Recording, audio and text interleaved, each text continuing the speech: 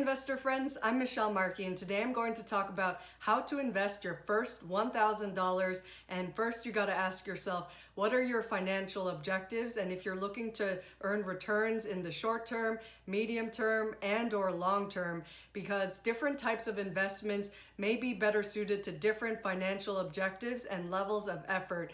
And you should know that any form of investing and taking any action or not taking action with your money involves risks. And you may be wondering why not taking action with money involves risks. And this is because if you keep your money in a bank or under your bed mattress, you could be losing purchasing or buying power with your money just sitting there because of the power of inflation. And if inflation is currently raging at around 5% and you can only generate up to 1% in your bank account, then you're still losing 4% by not taking any action with your money. So it would behoove you to try to invest that money in something that generates above inflation rates of return.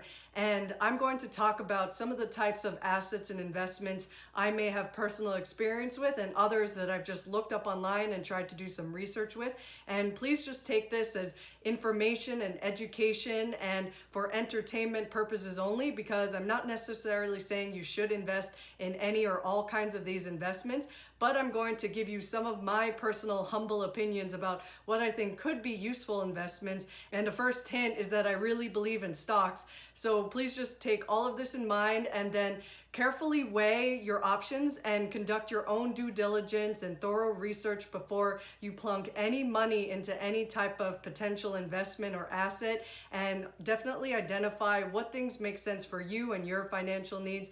And if you also are as excited about your financial future as I am, I'd love if you could please like and subscribe to my video and YouTube channel, because it greatly helps out with the YouTube algorithm and because I'm trying to help you and myself to achieve financial freedom. Thanks. I'd like to take you through a few scenarios across different time horizons to give you some ideas and possibilities of how you could put your $1,000 to work. And this is not a one-size-fits-all. This is just to give you some ideas of what you could do so you can mix and match across these different types of approaches across short term, which is up to a year or two, or medium term up to 3 to 5 years, and or long term, which is 5 years and beyond. And ideally, you can invest for the long term so that you always have income coming in through your investments. So that's the ultimate holy grail of trying to invest.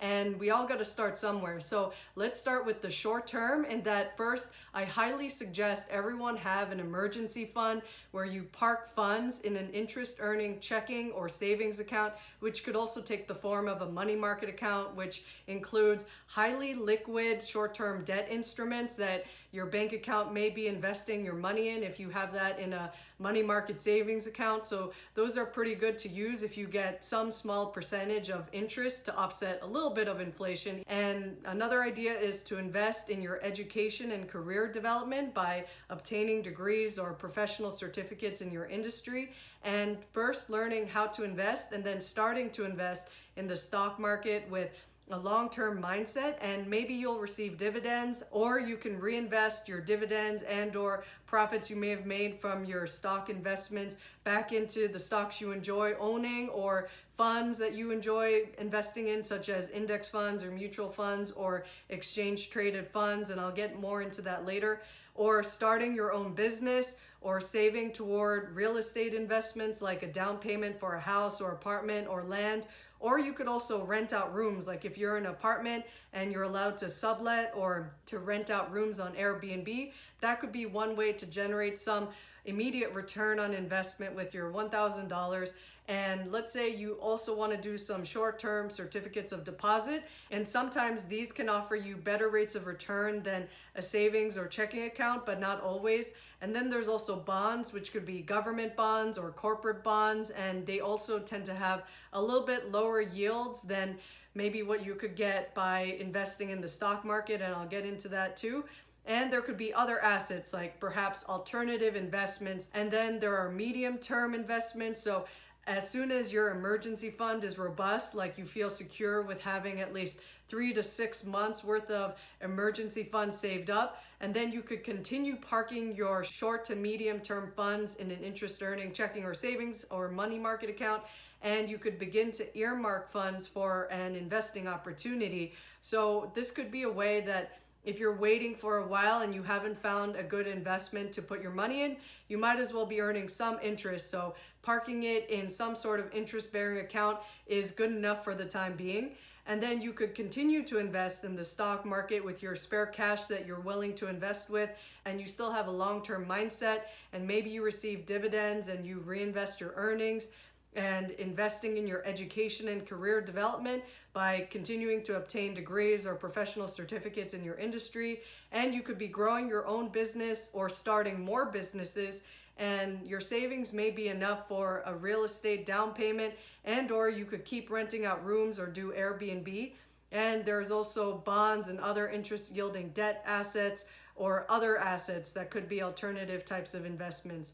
And then for the long term, you still make sure you have enough of an emergency fund and you're still earmarking funds to invest if you find a good opportunity. And you keep investing in the stock market with a long-term mindset, and you are continuing to run your businesses, and you may be doing more real estate investments, and you continue to invest in your education or continuing education activities, and you could keep investing in bonds and other interest yielding assets. And maybe you might be interested in other kinds of alternative assets like collectibles in the long term. So those were some ideas of how you can start thinking about how to make your $1,000 work for you. And it doesn't mean that you have to start out with short-term types of investments. You could definitely start with putting your $1,000 toward investments that are meant for the long term. This was just to give you some possibilities of how you can make your money work for you depending on what your time horizon goals are. While there are many types of assets you can invest in the US, not all of them have track records that go back to over 200 years. So I'll talk about some of them that do have this long historical track record. And these are average real rates of returns across different types of assets. And let's start out with the US dollar, which since 1802 through the end of 2016, returned negative 1.4%. So that's pretty abysmal. So this is a big reason why we shouldn't hold on to too much cash if we can help it, because it will lose its value every day. And then when it comes to gold, I'm assuming this is mostly physical gold, but there could be gold in other kinds of forms like tradable gold in the form of securities. But gold's average 200 plus year rate of return was only 0.5%. So that's also not too awesome if inflation is anywhere above that, usually averaging 2 to 3%. And then when it comes to treasury bills and bonds, which maybe could be government bonds and or corporate bonds, the rates of returns for these was only 2.6 to 3.5%. So also okay, but maybe not the best versus inflation of 2 to 3%. And then the best track record was stocks at 6.7%. So as much as possible, you want to try to invest in stocks, whether you're investing in individual stocks or maybe stock indices. As an example, if you want to bet on the future of American business, you could choose to invest in the S&P 500 index, which is a composite of the largest 500 American companies. And you could choose to invest in an index fund or exchange traded fund or ETF version of the S&P 500. And while these two types of securities are very similar, they're not exactly the same. Like they could have different expense ratios and also different holding percentages. So even though you might see very similar holding amounts in each of the ETF or index fund version of the S&P 500, just know that they're not exactly the same, and make sure you do know the differences between how these types of securities trade.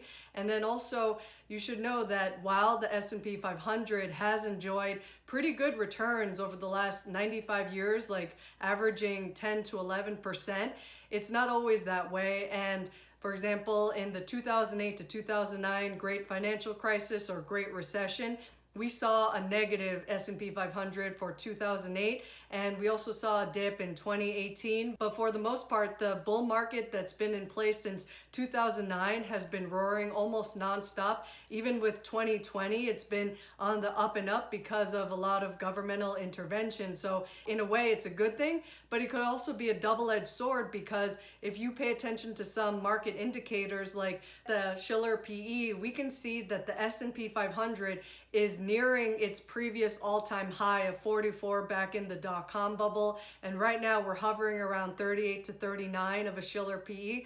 So to me, this means that you should proceed with caution if you're gonna invest with something like the S&P 500, and definitely try to study and learn if and when it's a good time to be investing your money in something like certain index funds.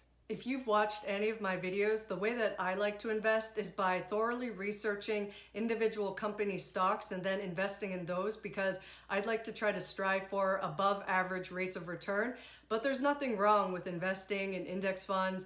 You can totally do just fine and have more than enough for retirement if you consistently invest in index funds. So I like investing in individual stocks because I don't mind putting in the work and effort to be able to see if I can generate outsized returns, but that might not fit everyone's needs. So do what feels right to you when it comes to what types of stocks you'd like to invest in. And if you'd like to learn more about how I invest for stocks, please feel free to check out a lot of my videos. I have so many that go through my approach in investing, like Warren Buffett with regard to stocks, so feel free to check those out. And then when it comes to investments you could make with varying rates of returns, you could put your $1,000 towards your college tuition if you decide to go to college, or you could also invest in professional certificates where if you get, say, a certificate in coding or project management, that could lead you to getting an increase in your salary at work. Or you could also use that and go to another job that values those kinds of skills and get an increased salary that way. So there's nothing to stop you from investing in your continuing education. That's one of the best ways that you can learn in the short term and be able to get more income in the near term. So definitely feel free to check out what makes sense for you and your educational and career needs. And then also you could choose to invest in starting your own business, like between setting up a website and getting the right equipment and whatever you need to do. You can do this without spending over $1,000, and even registering your business doesn't cost that much. And if you do this, you could choose to sell goods and services online, like if you want to do freelance work or selling things through Shopify or Etsy or some of the main online platforms like eBay or Amazon. You could choose to check out what it takes to do something like that too in your own business. And your own business could also be in real estate. Like let's say you want to rent out rooms in your apartment or house, and you're able to generate income doing that on Airbnb or through your own way of renting out your real estate. That could be another way that you're running a business. Or you could just choose to invest in real estate in the form of a real estate investment trust in the stock market. Or you could invest by buying real estate properties and land.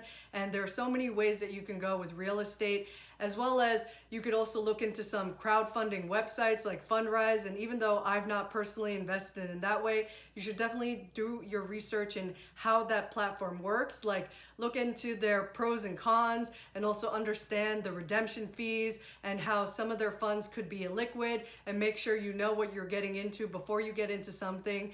And then there could be other types of investments, such as collectibles, which could include things like art and Pokemon cards, video games, comic books, antique furniture, cryptocurrencies, non-fungible tokens, or NFTs. So proceed with your own risk if you're getting into these types of alternative investments, because some of this requires that you really know what you're getting into before you put money into it. And with some of the assets that tend to yield the lowest returns, we have things like US Treasury bonds, where you have to start investing at the 7 to 30 year amount in order to even get 1 to 2%. So I kind of stay away from that, because to me that just doesn't seem worth it to lock up my money for that long. And then you could also consider things like certificates of deposit, where if you invest for maybe a year to 3 years, you could lock in 0.5 to 1%. But again, this is not the most ideal either. And then another option would be to look for savings or checking accounts that have some decent rates of return that don't require you to lock up the money for any period of time, and you could take it out at any time. So you could check out some savings accounts and checking accounts that I've reviewed before in a certain video, where I go through some options that you have that give you around 0.5% at the highest.